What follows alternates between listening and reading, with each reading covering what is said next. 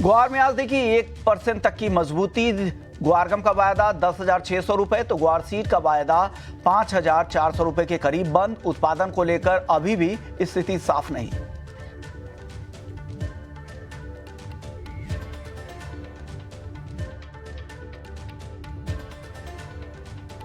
नमस्कार, स्वागत है आपका कमोडिटी फटाफट में, जहां पर हम आपके सभी सवालों के जवाब फटाफट अंदाज में देंगे। तो आप शुरू कर लीजिए अपना सवाल पूछना। हमारा नंबर है 9136934065 9136934065।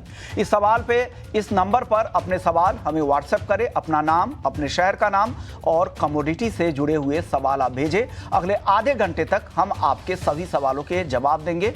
दो मेहमान होंगे, अजय केडिया होंगे, केडिया कमोडिटी के एमडी और रिसर्च हेड, और मैं गुप्ता होंगे, टेक्निकल एनालिस्ट। इनसे हम आपके सवालों के जवाब दिलवाएंगे। लेकिन सवाल जवाब का सिलसिला शुरू करें उससे पहले हम मक्के की ये खबर ले लेते हैं, क्योंकि आज हमारे साथ हैं बहादुर अली, चेयरमैन हैं all India poultry breeders association के चेयरमैन हैं। शुक्रिया बहादुर अली जी, बहुत बहुत शुक्रिया। सबसे पहले मक्के के बारे में बताइए सर। लगातार यहाँ पर मजबूती दिख रही है, 2500 रुपये प्रति क्विंटल का भाव हो चुका है।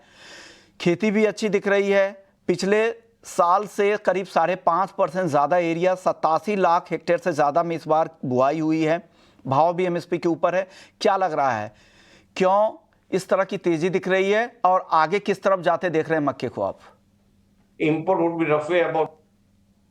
नहीं, सबसे पहली बात ये बताना चाहूंगा कि मक्के की ये तेजी हमारे इथेनॉल इंडस्ट्री जो इस साल सरकार की अच्छी योजनाओं के कारण हमारे देश में आई है, उसके कारण ही मक्के की शॉर्टेज हुई। आज मक्का हमारे इथेनॉल इंडस्ट्री ने लगभग इस साल 60 लाख टन मक्का हमसे हमारी इंडस्ट्री को, अपनी इथेनॉल इंडस्ट्री के लिए लिया है। और हमारा पास आज वर्ल्ड में सबसे महंगा मक्का हमारे भारतवर्ष में हो गया है, जिसके कारण पोल्ट्री, डेयरी और एक्वा इंडस्ट्री क्राइसिस में जारी है। आज की तारीख में अभी हमारे पोल्ट्री फार्मों के पास या डेयरी वालों के पास मक्का जाते जाते 3,000 रुपए के आसपास मक्का पहुंच रहा है। ये इंडस्ट्री बहुत क्राइसिस है मक्के की शॉर्टेज। आज भी हमारे पास 20 लाख टन मक्का कम है। सिर्फ इथेनॉल के कारण ये समस्या आई है, नहीं तो वरना इसके पहले सब नॉर्मल था। पहले हम एक्सपोर्टर थे मक्के के, आज हम इंपोर्टर हो गए। मतलब हमको विदेशी करेंसी पहले मिलती थी, अब हमारे पास से अपनी करेंसी हम बाहर दे रहे हैं। कुछ जल्दबाजी में शायद मुझे लगता है इथेनॉल इंडस्ट्री को बहुत ज्यादा स्पीड से आ गया। इथेनॉल इंडस्ट्री भी हमारी इतनी मैच्योर नहीं है। उन्होंने जैसा मक्का मिला, अच्छी क्वालिटी का खराब मक्का मिला के मार्केट का सेंटीमेंट को इंक्रीज कर दिया है। इथेनॉल वाले का साथ ये पहला ईयर था, तो उसके कारण भी उनसे गलती हुई है। वो आज महसूस कर रहे हैं कि हमने एक्साइटेड में प्राइस बढ़ा दिए हैं, जिसके कारण तकलीफें आई है।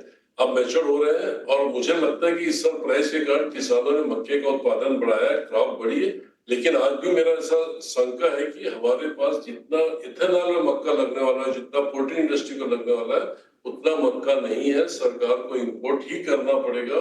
बेहतर है कि सरकार इसको शुरू से दे दे, ताकि किसानों को, जो हमारे पोल्ट्री फार्मर, डेयरी वाले हैं, इनको रिजनेबल प्राइस में मक्का मिले और हमारी इंडस्ट्री आराम से चले, इथेनॉल भी चले। और सरकार को एक कोशिश और करना चाहिए कि जीएम सोया को इंपोर्ट करने के लिए, इथेनॉल के लिए देना चाहिए, क्योंकि वर्ल्ड में मक्का बहुत सस्ता और इंडिया में सबसे महंगा है। तो हमारे इथेनॉल इंडस्ट्री वाले के लिए भी वायबल हो जाएगा जीएम मक्का, उसका कोई ह्यूमन यूज में जाएगा नहीं। मैं सोचता हूँ सरकार को इसमें सोचना चाहिए, और सरकार शायद हो सकता है सोच भी रही है। हम भी लगातार सरकार के टच में है कि मक्के पे इंपोर्ट ड्यूटी खत्म करें, जीएम लाए और मक्का इंपोर्ट 12 महीना रखें, ताकि हम उसको, इथेनॉल इंडस्ट्री भी चले और हमारी पोल्ट्री, डेयरी और एक्वा सेक्टर भी चले। लेकिन सर, जिस तरह से इस बार का सुइंग के नंबर दिख रहे हैं, आपको लग नहीं रहा कि इस बार बम्पर उत्पादन होगा और भाव कुछ कम होंगे आने वाले समय में? नहीं, ऐसा देखो, संभावना तो हम भी सोचते हैं कि इथेनॉल इंडस्ट्री में मैच्योर भी है और कुछ बाहर से मक्का आ रहा है, और इस साल मक्के की क्रॉप भी अच्छा है, तो हमको ऐसा लग रहा है। लेकिन क्या होता है, स्टॉकिश ना भी हो ही जाता है, सेंटीमेंट हावी हो जाता है, ये सब चीजें जाके मक्के की प्राइस बढ़ा देती है। तो सरकार को मैं पूछ रहा था क्योंकि इस बार शुगर कंपनियों के लिए भी, शुगर मिलों के लिए भी कैपिंग अभी तक सरकार ने नहीं लगा रखा है। वो अपने हिसाब से, डिमांड के हिसाब से वो यहाँ पर डाइवर्जन कर सकते हैं। इसलिए मुझे लग रहा है कि मक्के की डिमांड थोड़ी कम होगी वहाँ से, और फिर उत्पादन भी ज़्यादा होने की उम्मीद है। तो ऐसे में आपको नहीं लग रहा है कि दाम आगे कम होंगे? 100% होगा कि दाम कम, क्योंकि मक्के का उत्पादन इस साल बहुत एरिया भी बड़ा है, क्रॉप भी बहुत अच्छी है और बाहर से लोगों ने इंपोर्ट भी मक्का कर रहे हैं। लेकिन इसके साथ इथेनॉल इंडस्ट्री को भी गवर्नमेंट को इंपोर्ट के लिए परमिशन देती है, ड्यूटी फ्री कर देती है, तो उनके लिए बहुत वायबल हो जाएगा और काम भी हो जाएगा। अपने देश में मक्के की प्राइस कंट्रोल में आ जाएगी। किसानों को एमएसपी का रेट भी 2225 रुपए क्विंटल मिलना चाहिए, मिलेगा, 100% मिलेगा, कोई कंफ्यूजन नहीं। सर, इसमें दो दिक्कतें बहादुर अलू जी में लग रहा है। एक दिक्कत तो ये है कि अगर इंपोर्ट अगर बढ़ा तो भाव कम होंगे, तो किसानों को एमएसपी के ऊपर जो मिलना चाहिए वो नहीं मिल पाएगा। और दूसरी दिक्कत ये हो सकती है कि हम जैसे जैसे नेट एक्सपोर्टर से बहुत सारी ऐसी चीजें हैं जिसमें हम इंपोर्टर बनते जा रहे हैं, इस तरह की भी स्थिति पैदा हो सकती है। इस पर क्या कहेंगे आप? देखिए, हमको उतना ही मक्का इंपोर्ट करना है जितनी हमारी इंडस्ट्री की जरूरत है। वो एक कैलकुलेशन हो जाता है, पीक पीरियड नहीं होता है। ऐसा नहीं कि हमने ओपन कर दिया और अपने इंडिया के किसानों का हित कर देंगे, वैसा नहीं होगा। अब हमको लग रहा है कि 10 लाख टन की शॉर्टेज है, 10 लाख का कोटा जारी करेंगे। 5 लाख का शॉर्टेज होगी तो 5 लाख का शॉर्टेज करेंगे। इथेनॉल इंडस्ट्री की डिमांड को देखते हुए कोटा रिलीज होना चाहिए। जैसे आज से 3 साल पहले हमारी सोया मिल में भी प्रॉब्लम आया था, तो हमको सरकार ने 12 लाख टन का इंपोर्ट का परमिशन दिया था।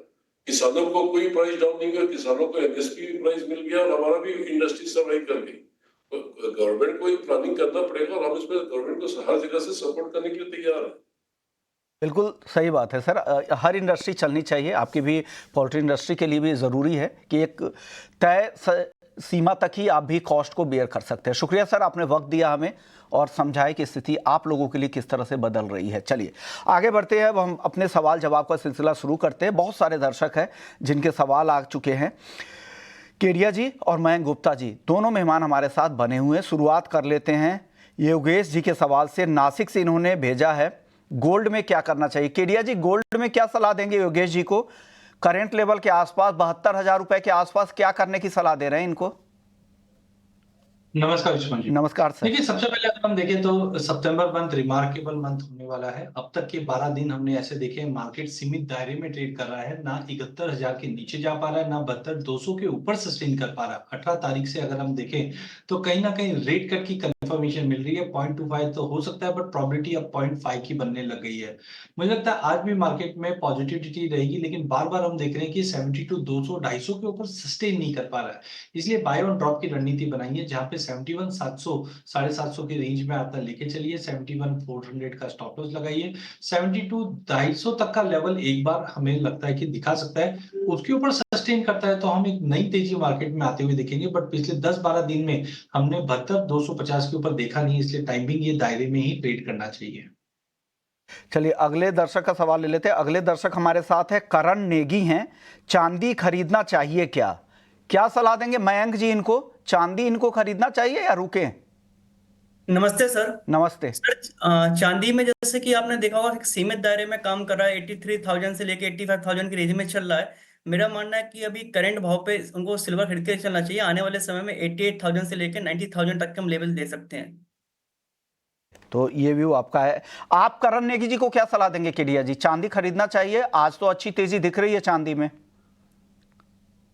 आज और कल 2 दिन की तेजी का कारण है गोल्ड सिल्वर रेशियो। जिस ढंग से हम देख रहे हैं गोल्ड सिल्वर रेशियो फिर से 90 का लेवल दिखाकर अब 88-35 पे ट्रेड कर रहा है। बेस मेटल में रिकवरी चांदी को भी कहीं ना कहीं सपोर्ट करता है। तो कुल मिला के मुझे लगता है कि अगले 15-20 दिन की अगर बात करें तो गोल्ड सिल्वर रेशियो के अनुसार चांदी सोने के मुकाबले ज्यादा आउट परफॉर्म करते हुए दिखाई देगी। तो शॉर्ट टर्म में तो डेफिनेटली मैं देख रहा हूँ कि दायरा ही बना हुआ, लेकिन जैसे ही 85-500 का लेवल ब्रीच होता है तो हम देखते हैं कि चांदी आराम से 88-89 का लेवल भी दिखा सकती है, जो अक्टूबर एंड तक की उम्मीद है 18 तारीख के आउटकम के बाद। तो टाइमिंग मुझे लगता है 84, 200, 300 का पुल बैक, क्योंकि अभी भी दायरा है, इसी के लिए 84, 200 बता रहा हूँ। यहाँ पे आपको लेके चलना है। 83, 400 का स्टॉप लॉस, इमीडिएट टारगेट जो 85, 500 है, या फिर आप सिल्वर मिनी कॉल लेके चल सकते हैं 85,000 का 3,000 पे, जहाँ पे 2700 का स्टॉप लॉस लगाइए, 3500 का टारगेट रहेगा। अगले दर्शक हैं हमारे साथ सलीम सैयद हैं। क्रूड में तेजी आगे बढ़ेगी क्या? जो रिकवरी दिख रही है मयंक जी, कच्चे तेल में 2 दिनों से अच्छी रिकवरी लौटी है, क्या ये तेजी आगे बढ़ेगी? यही सवाल है सलीम सैयद साहब का। यस सर, क्रूड में जैसा कि टेक्निकल चार्ट्स के अकॉर्डिंग 5700 की पुट में काफी ओपन इंटरेस्ट इंक्रीज हुआ है लास्ट 2 डेज में। तो मुझे लगता है कि सितंबर की एक्सपायरी 5700 के ऊपर ही होनी चाहिए आराम से। हमें जो लास्ट ब्रेकडाउन लेवल था क्रूड का 6030 का, जहां से फिसलता हुआ क्रूड 5500 के आसपास आता हुआ हमें देखा था, तो मुझे लगता है जो ब्रेकडाउन लेवल था 6030 का, वो क्रूड में आने वाले समय में हमें देखने को मिलेगा। ये सलाह आपके है। एक और सवाल अल्पेश सोनी का है राजकोट से, क्रूड में कॉल खरीदें या पुट? केडिया जी बताइए इनको क्या खरीदना चाहिए अल्पेश जी को। देखिए, कच्चे तेल की अगर बात करें तो वैसे फंडामेंटल साइड काफी वीक है, क्योंकि हमने आईईए ईआईए सभी के जो आउटकम आते हुए देखे हैं, वो डिमांड कंसर्न कंटिन्यू बता रहा है। आज नो डाउट चाइना से उम्मीद है, कुछ कट आने की उम्मीद है, और साथ में हम देखते हैं प्रॉपर्टी मार्केट ये सबको अगर अपडेट करता है पॉजिटिवली इम्पैक्ट करेगा। बट टाइमिंग मुझे लगता है कच्चे तेल में जो तेजी बनी है उसके दो वक्त के कारण है। एक हरिकेन फयासीन करके जो है गल्फ ऑफ मैक्सिको में हिट किया है, जिसके चलते हमने ये जंप आते हुए देखा। टेक्निकली भी मार्केट ओवरसोल्ड जोन में है। ब्रेंट 70 के नीचे सस्टेन नहीं कर सकता, बिकॉज काफी मिडिल ईस्ट और यूएस के जो प्रोडक्शन है ये कॉस्ट के नीचे सर्वाइव नहीं कर पाएंगे, जिसके चलते बाउंस है। तो मुझे लगता है कि ऑप्शन के जरिए आप 5700 का कॉल लेके चलिए, 100 रुपए में 40 का स्टॉप लॉस लगाइए, 180 से 200 तक का टारगेट मिल जाएगा। बट ध्यान रखिए अगला 2 दिन आज और कल कच्चे तेल में एक टेक्निकल बाउंस ही है, अनलेस अनटिल कोई स्ट्रॉन्ग न्यूज नहीं आती है, मे बी पॉसिबल है दायरे में रहेगा। But long term view definitely currently 70 के नीचे मुझे ब्रेंट टिकता हुआ दिखता नहीं है। वापस आपको 73 74 के जोन में मंथ एंड तक आता हुआ दिखाई देगा। जी एक आपके फॉलोअर हैं विनय हैं लखनऊ से, पूछ रहे हैं कच्चा तेल इन्होंने 5735 रुपए पर शॉर्ट कर दिया है, अब क्या करें? देखिए, फंडामेंटल डेफिनेटली मुझे लगता है कि कच्चा तेल के लिए कोई सपोर्टिव न्यूज नहीं आ रही है, क्योंकि हमने लड़ाई हो रही है बट उसका इम्पैक्ट नहीं है। फिर जो समर सीजन की डिमांड थी वो भी हम खत्म होते हुए देखिए, तो नीचे तो आना चाहिए। लेकिन टाइमिंग मुझे लगता है ओवरसोल्ड जोन में जा चुका है, 70 के नीचे टिकेगा नहीं। आप M6 पे भी उठा के देख लीजिए, 5700 5650 ये नीचे सच है, तो थोड़ा सा रिस्क फैक्टर ज्यादा है। इसके लिए मेरी सलाह है कि टाइमिंग यहाँ पे एंटर मत कीजिए। एक बाउंस मुझे लगता है जो 5850 तक मिलता है, वहां पे फिर भी कोशिश कर सकते हैं 5950 के स्टॉप लॉस से, जो वापस आपको 5650 का लेवल मिल जाए। बट काफी लोअर लेवल पे आप शॉर्ट कर रहे हो तो बिना स्टॉप लॉस के कीजिए नहीं, या फिर आप साथ में क्या कर सकते हैं, शॉर्ट के साथ साथ एक कॉल बाय कर लीजिए, तो एक नेचुरल स्टॉप लॉस का काम करेगी। बट करंट लेवल से शॉर्ट की सलाह नहीं है। 5850 के आसपास आता है तो फिर भी हम एक रिव्यू कर सकते हैं। तो ये सलाह आपके लिए मिल गई है। चलिए वक्त है ब्रेक का, ब्रेक के बाद जब लौटेंगे तो हम खाने के तेल पर बात करेंगे और हमारे साथ सी के ईडी वीवी मेहता जी होंगे, उनसे बातचीत करेंगे।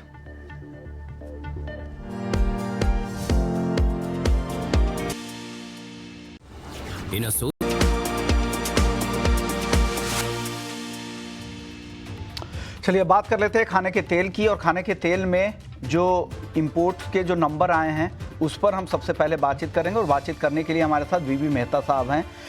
मेहता जी, सबसे पहला मेरा सवाल होगा आपसे कि इंपोर्ट में जो कमी आई है, वेज ऑयल का इंपोर्ट 16% कम हुआ अगस्त के दौरान, और नवंबर से अगस्त के दौरान भी जो ये आंकड़े हैं ये कम दिख रहे हैं। और साथ ही पाम तेल के अगर नंबर को आप देखें तो पाम तेल के जो इंपोर्ट है वो कम हो रहे हैं सॉफ्ट ऑयल के मुकाबले।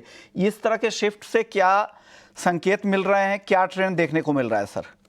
पहला तो ये बता दूं, जो हमारा स्टेटमेंट 16% डाउन दिखा रहा है कंपेयर टू लास्ट ईयर अगस्त में काफी तेल आया था, उसके कंपेयर में हमने नंबर निकाला, इसका आपको 16 दिया। और ओवरऑल इंपोर्ट अगर आप देखें right from November to the August, तो 3% डाउन है ओवरऑल। और अभी जो जैसा लग रहा है कि सितंबर अक्टूबर में जो लाइनअप हुआ है वेसल की, कम से कम 28 से 30 लाख टन आएगा ड्यूरिंग सितंबर अक्टूबर। तो total import of India would be around 160 to 165 lakh ton, जो लास्ट ईयर 164 लाख टन था। तो practically we are importing the same quantity. और what is the good thing, normally हर साल हमारा 1 मिलियन का इंपोर्ट बढ़ रहा था। ये साल जो लास्ट ईयर क्रॉप अच्छा आया, डोमेस्टिक अवेलेबिलिटी अच्छी रही, उसके वजह से इंपोर्ट बढ़ा नहीं, और जो एडिशनल रिक्वायरमेंट थी that was met through the domestic availability. एक ये है। पर जो अभी जो पिक्चर सामने दिख रहा है, खास करके एमएसपी सोयाबीन की, जो पहले लास्ट महीने तो 4,250 में थी एमएसपी। अभी जो 3 दिन पहले जो ऑनरेबल मिनिस्टर साहब चौहान साहब ने जो अनाउंसमेंट किया, उसके बाद में मार्केट में थोड़ी जान आई है। आज 4,600 4,700 है, 4,892 एमएसपी के सामने एक बड़ा अच्छा अनाउंसमेंट आया है। मगर ये अनाउंसमेंट इनफ नहीं है। अनाउंस के साथ में जो जरूरी खास है, ड्यूटी बढ़ानी। ड्यूटी अगर बढ़ाएगा तो तीनों फायदा है। एक तो किसान को सही दाम मिले, क्योंकि अभी 4 वीक में नया क्रॉप आ जाएगा तो सही दाम मिलेंगे। इंडस्ट्री को रॉ मटेरियल मिलेगा, और सबसे बढ़िया इंडस्ट्री के raw material will by at the market price. और तीसरा, जो इसके वजह से गवर्नमेंट को एमएसपी पे खरीदना नहीं पड़ेगा। तो इसे विन विन सिचुएशन। तो गवर्नमेंट को ड्यूटी बढ़ानी चाहिए। हमने बार बार रिप्रेजेंट भी किया है कि भाई आप ड्यूटी बढ़ाइए, किसान के भी हित में है, इंडस्ट्री के हित में, देश के हित में, कि रेवेन्यू ज्यादा आएगा। तो तीनों फायदा है। और हम आशा करते हैं कि भाई गवर्नमेंट जल्दी से जल्दी कोई ड्यूटी में बदलाव करे। हाँ जी। सर, ये आपने अभी कहा कि एमएसपी पर्याप्त नहीं है और यहाँ पर इंपोर्ट ड्यूटी को भी बढ़ाने की जरूरत है, तो क्या कब तक उम्मीद करें, कब तक बढ़ जाएगा? ये आपने $100 मिलियन का क्वेश्चन मेरे को पूछा। आपको दिल्ली वाले को पूछना चाहिए कि भाई क्या आप कर रहे हैं। हम तो ऐसे इंडस्ट्री रिप्रेजेंट करते रहते हैं, पर उम्मीद है। एक सबसे अच्छा है कि आज जो एग्रीकल्चर मिनिस्टर साहब है, चौहान साहब है, शिवराज सिंह चौहान साहब काफी पावरफुल मिनिस्टर है। वो खुद एग्रीकल्चर को समझते हैं, और एमपी से आते हैं तो सोयाबीन को भी अच्छी तरह समझते हैं। तो उनका वेटेज ज्यादा है। और जरूर, और दूसरा, एक इलेक्शन भी आ रही महाराष्ट्र में, वो भी एक थोड़ा प्रेशर है कि भाई महाराष्ट्र में अगर किसानों को सही दाम नहीं मिले तो इलेक्शन में कुछ भी हो सकता है। तो सारे, तो इकोनॉमी के रीजन भी है, पॉलिटिकल रीजन भी है। इसके लगता है कि कभी ड्यूटी का बदलाव आ सकता है, कभी भी। उम्मीद तो हम कर ही रहे, लगातार आप कह भी रहे हैं। और सर, अब एक मेरा सवाल होगा कि अब तक सोयाबीन की जो सरकारी खरीद होती थी उस लेवल की नहीं होती, तो ये भी अब देखने वाली बात होगी कि किस स्केल पे खरीदारी होती है। तभी मार्केट अब यहाँ से अगली रैली होगी, उस पर ही डिपेंड करेगा। इस पे आप क्या कहेंगे? देखिए, अभी जो अनाउंसमेंट किया है कि 4,892 में एमएसपी में लिया जाए, अभी तो ज्यादा माल किसान के पास नहीं है। बट एक एश्योरेंस मिल गया है कि अक्टूबर, अभी जो 1 महीने के बाद जब इस सोयाबीन मार्केट में आएंगे, तो आपको एमएसपी के भाव से तो आपका माल जाएगा। तो वो अकॉर्डिंगली वो मार्केट भी ऊपर जाएगी अकॉर्डिंगली। क्योंकि अगर मेरे को आज इंडस्ट्री चलानी है तो मेरे को भी एमएसपी पे लेना पड़ेगा। मैं नहीं लूंगा तो गवर्नमेंट अपने गोडाउन में लेके जाएगी। इसके जरूरी क्या एमएसपी। पर मेरी प्रॉब्लम ये है कि मेरा जो crushing is neither supported by the mill nor by the oil. Mill की इतनी सरप्लस है world wide because of the crude, जो क्रूड बन रहा है, बायोडीजल बन रहा है सोयाबीन से, और ओवरऑल प्रोडक्शन अबाउट 375 मिलियन है। उसके वजह से मिल की अवेलेबिलिटी काफी ज्यादा है। तो उसके वजह से मिल की प्राइस इंटरनेशनल मार्केट ऊपर नहीं जा सकती। जो बाकी रहा वो तेल में, अगर तेल के भाव ऊपर जाएगा तो थोड़े पैरिटी बैठ सकती है। और भाव बढ़ाने के लिए आपको जरूरी है कि आप ड्यूटी बढ़ाए। ओके सर, बाकी तेल के कीमतों को लेकर आपको क्या लग रहा है? क्या यहाँ से भाव तेज होंगे क्या? क्योंकि कुछ तेल में तेजी दिख रही है इंटरनेशनल मार्केट में, खास करके सनफ्लावर में धीरे धीरे तेजी बढ़ती जा रही है। नहीं, देखिए, बढ़ती हो तो ऊपर नीचे होते हैं इस मार्केट। यू कांट एक्सपेक्ट कि it will go in the straight line. Depend on number of factor, market up and down, कभी 50 ऊपर 50 नीचे जा रही। तो अभी जो मार्केट है about 900 to 1000 is most comfortable market है। कंज्यूमर को भी ठीक है और किसान के लिए भी ठीक है market. It is a market. ज्यादा गया तो तकलीफ दे सकते हैं कंज्यूमर को, कम हुआ तो किसान को तकलीफ दे सकता है। और मैं एक चीज जरूर बताना चाहूंगा जी जी, supply chain is very comfortable India. हमारी जो टोटल रिक्वायरमेंट 250 लाख टन, मतलब 20 लाख टन आपको हर महीने चाहिए।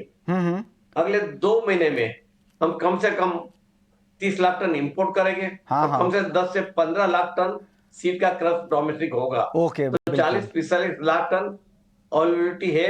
और आज स्टॉक हमारे पास 30 लाख का 29 लाख का है। तो काफी सप्लाई पोजीशन कंफर्टेबल रहने वाली है।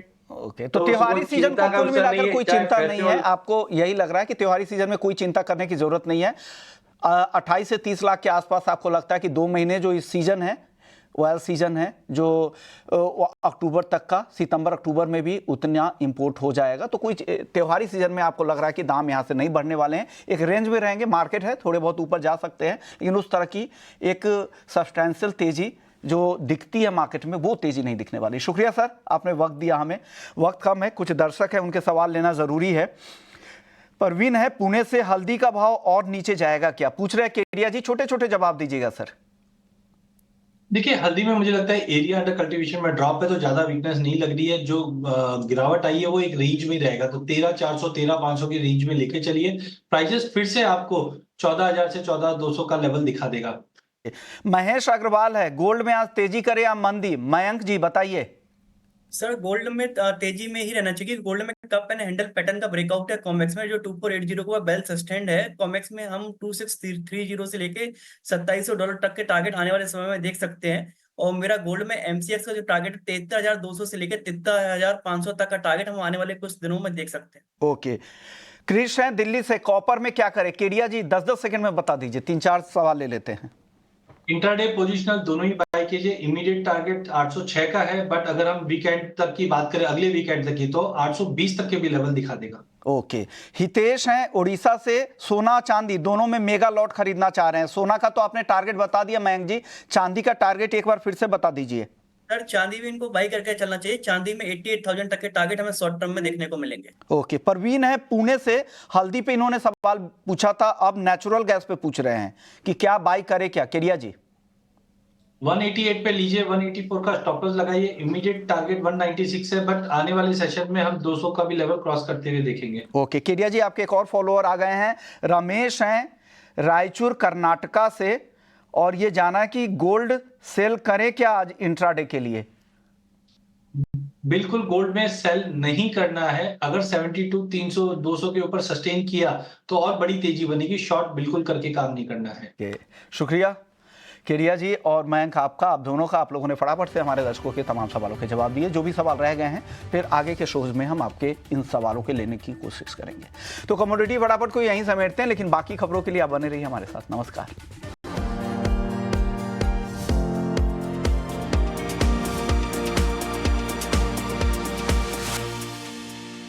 हो गई है त्योहारों की शुरुआत, क्या और भागेगा गोल्ड का भाव। आने वाला है वेडिंग का सीजन, क्या ये है खरीदारी का बेहतर रीजन। गोल्ड खरीदारी से जुड़े आपके हर सवाल का मिलेगा सलूशन गोल्ड महाकुंभ, शनिवार सुबह 10 बजे से लगातार।